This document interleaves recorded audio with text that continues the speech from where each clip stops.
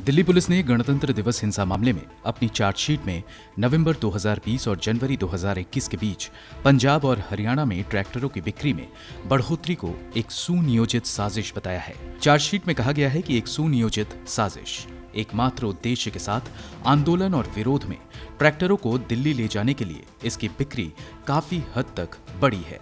Chargesheet के मुताबिक पंजाब में इन 3 महीनों में ट्रैक्टरों की बिक्री में सबसे ज्यादा बढ़ोतरी हुई है। दिसंबर में ट्रैक्टर की बिक्री 94.3% बढ़ी है और इस दौरान 1535 ट्रैक्टर बेचे गए, जबकि पिछले साल इस अवधि में 790 ट्रैक्टर बेचे गए थे।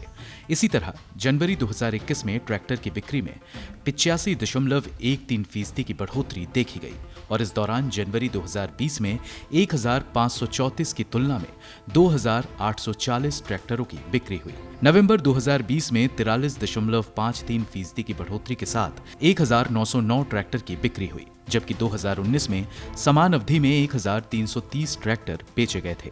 इनके अलावा हरियाणा में नवंबर 2019 में 2408 की तुलना में नवंबर 2020 में 31.8% बढ़ोतरी के साथ 3174 ट्रैक्टर की बिक्री हुई।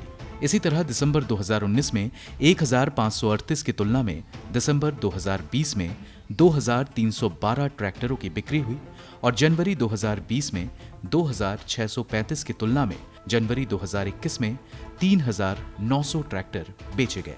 एक अंग्रेजी दैनिक के मुताबिक चार्जशीट में कहा गया है कि किसान नेताओं के कई वीडियो क्लिप हैं जो अपने समर्थकों को अपने ट्रैक्टरों को संशोधित करने और भारी धातु लगाने के लिए उकसाते देखे गए हैं ताकि बैरिकेड्स को तोड़ा जा सके। जहां तक बिक्री की बात है तो देश भर में जनवरी 2021 के दौरान ट्रैक्टर की बिक्री में 48% की बढ़ोतरी देखी गई थी।